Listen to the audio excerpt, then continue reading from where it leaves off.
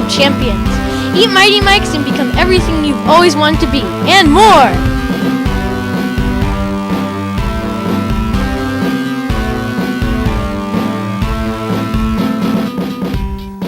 Good morning, Conestoga. It's Tuesday, May 7th, 1996. Today is a teal day. Happy birthday today to Romney Bake, Brett Lundberg, and Danielle Reagan.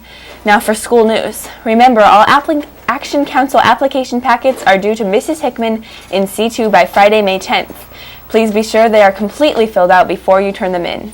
In community news today, we encourage you to come pick up an orange flyer about 1996 Beaverton Youth Football registration if you're interested and live in the Beaverton High School attendance area east of Murray. Pick up a flyer in the office if you're interested in YMCA Boys and Girls Summer Basketball Camps. Attention 6th, 7th, and 8th grade boys, if you are interested in summer basketball camp at Aloha, please see Mr. Ferris or your PE teacher. Today's lunch menu is hamburger or taco salad with roll, lettuce and pickle cup, french fries, apple half, and low-fat milk. On this day in history, in 1950, a fire blazed through and destroyed the Canadian city of Rimouski. The fire began in a lumber yard and fanned out because of winds of 60 miles per hour. The fires destroyed one half of the city and estimated $20 million in property damages.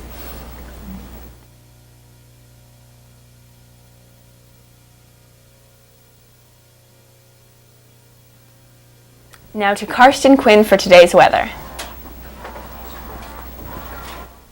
Today's weather is high of 60 with light showers and partial afternoon clearing. Weather fact: the wind is like the air, only pushier. Back to you, Amie.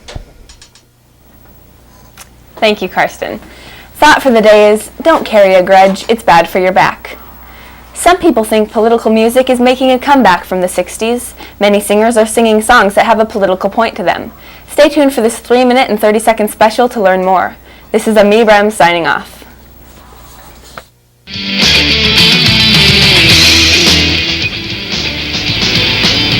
I'll flip on the radio and there's a good chance you'll hear a song that does more than make you want to dance. It might make you want to get up and vote.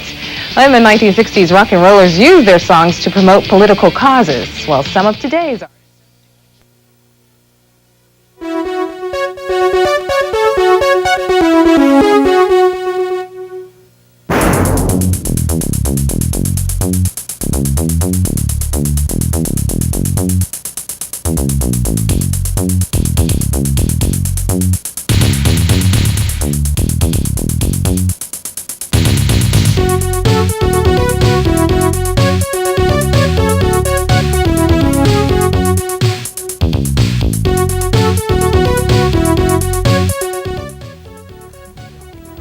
Good morning, Conestoga. It's Thursday, May 2nd, 1996. Today is a purple day.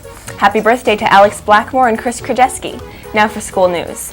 Trimester 2 honor roll ice cream treats will be given out today during lunch. Your homeroom teacher will be passing out ice cream coupons today in homeroom. Today's lunch menu is grilled chicken on a bun or taco salad with roll, salad, carrot sticks, cherry turnover, and low-fat milk. On this day in history in 1904, the singer, actor, and comedian Bing Crosby was born.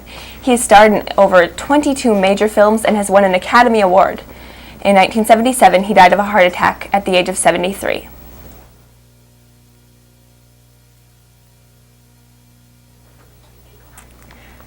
Now we go to Andy Lopez for the weather.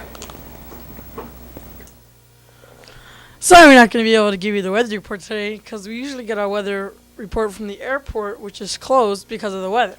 Whether we'll give you the weather tomorrow depends on the weather. I'm just kidding. Okay, the actual weather report is high of 65, low of 55, partially cloudy, and slight chance of rain. Back to you, Amie. Thanks, Andy. Now for the thought for the day. Why does Hawaii have interstate highways? North Carolina University has designed a new type of backhoe. It uses sensors to find underground objects like bombs in war zones. Stay tuned for this 3-minute special to find out more. From our new weather correspondent Andy Lopez and the rest of us here in the Conestoga TV studio, this is Amie Brem signing off.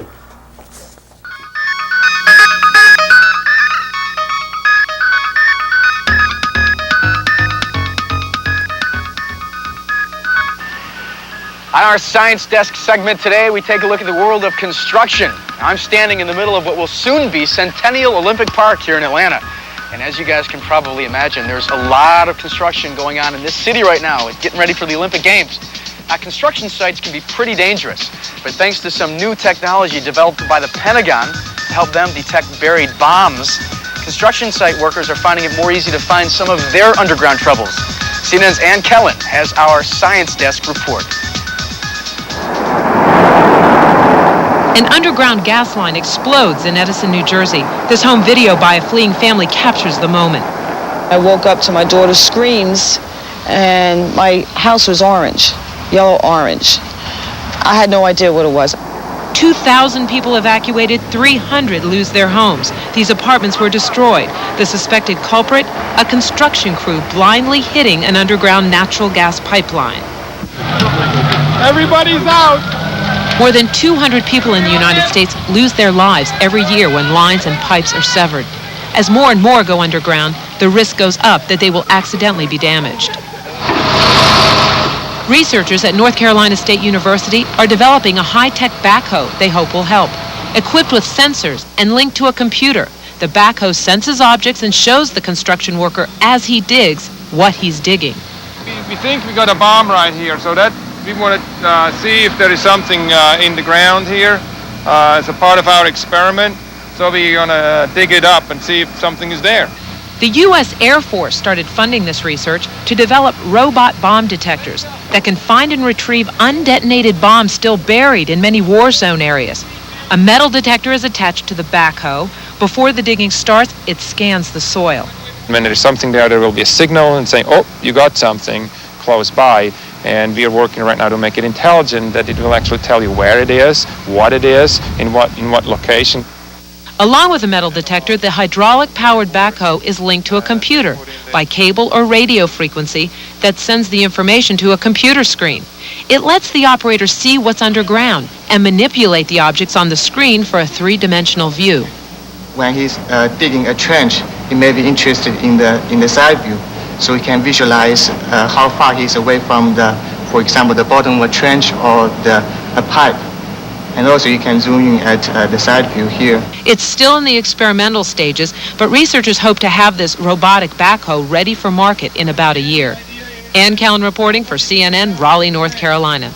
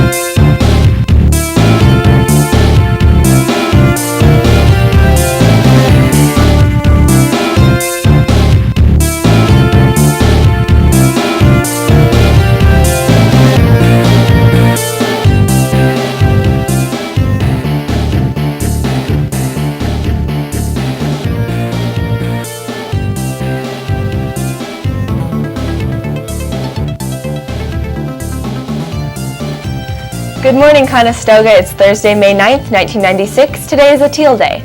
Happy birthday to Shelby Haggard, Kristen Johnson, and Mrs. Merckx in the kitchen. Now for school news. 6th and 7th grade students interested in running for Action Council may pick up application packets before school in C2.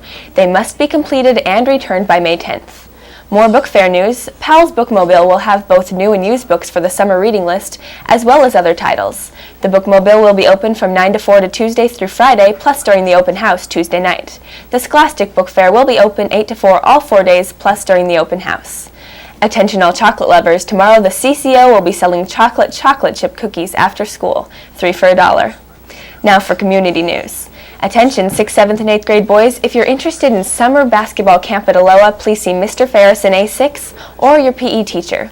Today's lunch menu is soft taco or taco salad with roll, lettuce and cheese and refried beans, pears, and low-fat milk. On this day in history, in 1907, Mother's Day was first proposed. Miss Ann Jarvis of Philadelphia proposed the idea at a public meeting.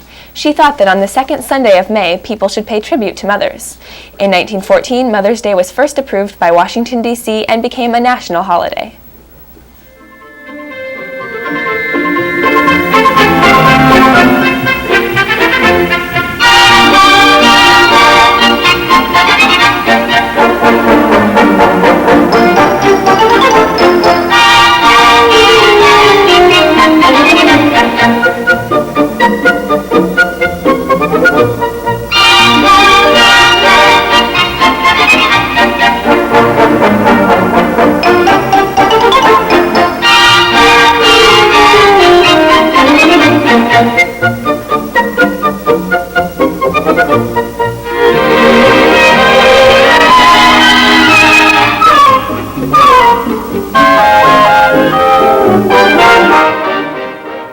Today's weather is sunny with a high of 65.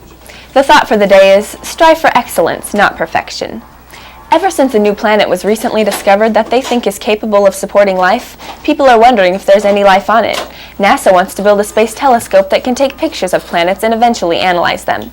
Stay tuned for this 2-minute special to find out more. This is Amie signing off.